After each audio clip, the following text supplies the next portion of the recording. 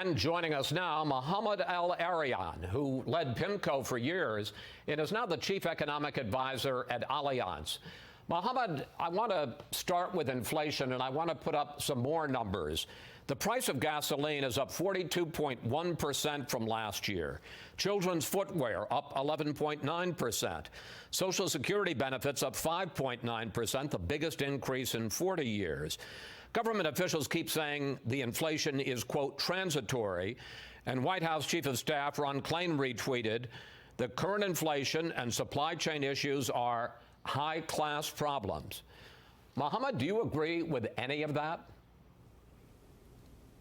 So I agree that it's a high-class problem. I do not agree it is transitory, Chris. There is part of it that's transitory, that's COVID-related, but there are things going on that are fundamentally much deeper than that. They involve change in behavior. So we should look forward for another year at least of high and persistent inflation. But when you say high-class problems, I think a lot of people would push back and say, if it's costing me 40% more to fill up my tank of gas, if I want to get Christmas presents and I can't find them, that's not a high-class problem. Yeah, that's not a high-class problem, but there are elements that are high-class. One, massive demand for labor. So wages are starting to go up and are starting to go up meaningfully. Second, the reason why there's so much inflation is partly due to a lot of demand. There's a lot of purchasing power in the economy. That's a good thing. It is the supply side, the everything shortage, if you like, that is the problem, and hopefully that can be addressed. But part of this inflation is good inflation, part is bad inflation. Let me pick up on one other aspect of this. President Biden and congressional Democrats are talking right now, trying to negotiate $3 trillion plus, maybe even $4 trillion in more federal spending. Is that a good idea at a time when the economy is overheated? So when you say overheated, that's a demand-side concept relative to supply. The issue is, how do we get supply to respond? And that's where that package comes in. Physical infrastructure, something that everybody agrees on.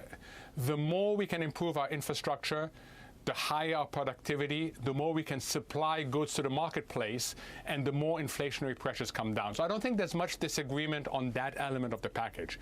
Where there is disagreement is what's called human infrastructure, and that is enhancing human productivity in order to bring more people into the labor force. We have a problem of labor shortages. So I do think that if it's targeted well on the supply side, that can help with growth and that can help with inflation. But right now, the argument is all on the demand side, and that's why this thing is getting stuck.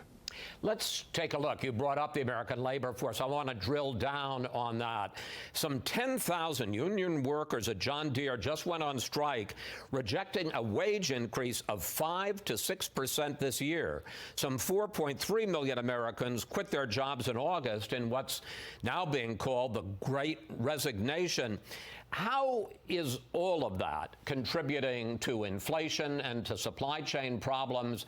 And when Republicans blame federal spending, federal benefits, is that right, especially now that the enhanced unemployment benefits have expired? So what's clear is that the expiration of the benefits have not led to more people coming into the labor force. So that issue has been sorted out. What's not clear is what's keeping labor from coming in. And the more labor resists coming back into the labor force, the greater the bargaining power of people in the labor force. So we should expect more strikes going forward because workers now have greater bargaining power. Why is that happening? Part of it is the excess demand from people looking to hire quickly because demand has come back. But part of that, Chris, is changed behaviors. We feel that now we can negotiate higher wages without losing our jobs. We feel that we can go from one job to another and get signed up bonuses. And some people don't want to come back into the labor force. They have changed their views about work-life balance. I want to focus now on the backups in the supply chain, the dozens of huge container ships that are parked outside the harbors in Los Angeles, dozens of ships, also empty store shelves.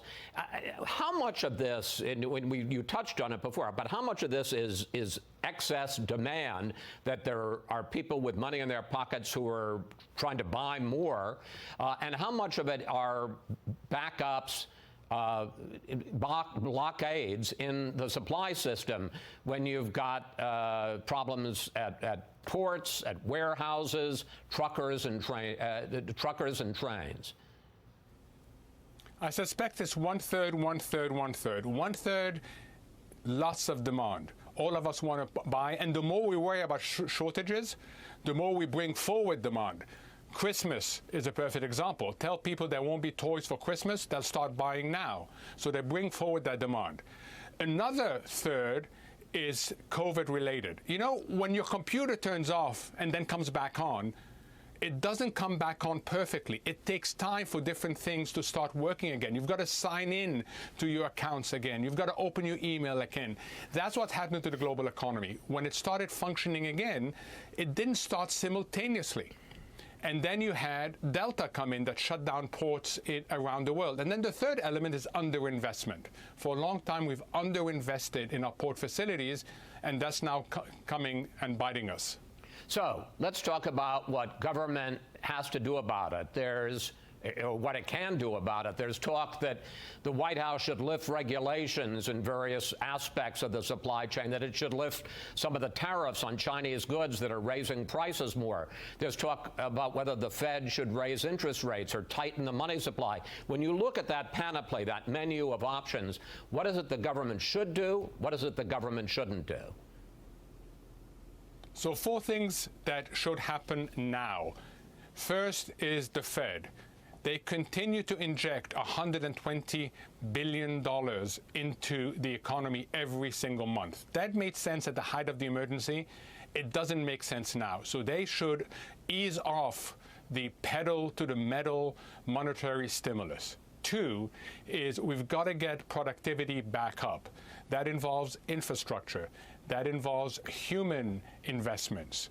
3, we've got to look very seriously at excess financial risk, because what's going to happen if we're not careful is the inflation, as it persists, will disrupt the financial markets, that they will then undermine the economy. And finally, we've got to get more people into the labor force. Chris, these things are feasible from an engineering perspective.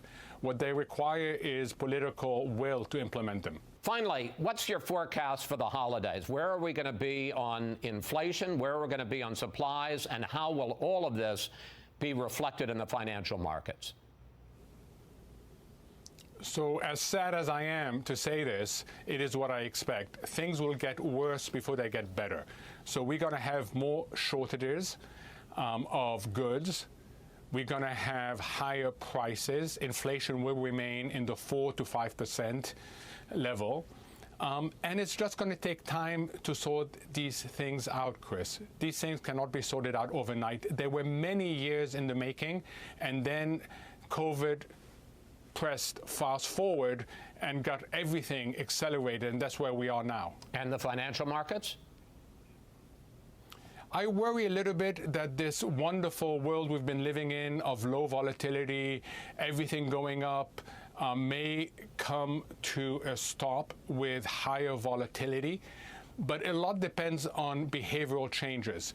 If I were an investor, I would recognize that I'm riding a huge liquidity wave thanks to the Fed, but I would remember that waves tend to break at some point, so I would be very attentive. Mr. El-Erian, thank you. Thanks for joining us today. Interesting times ahead. Please come back, sir. Thank you, Chris.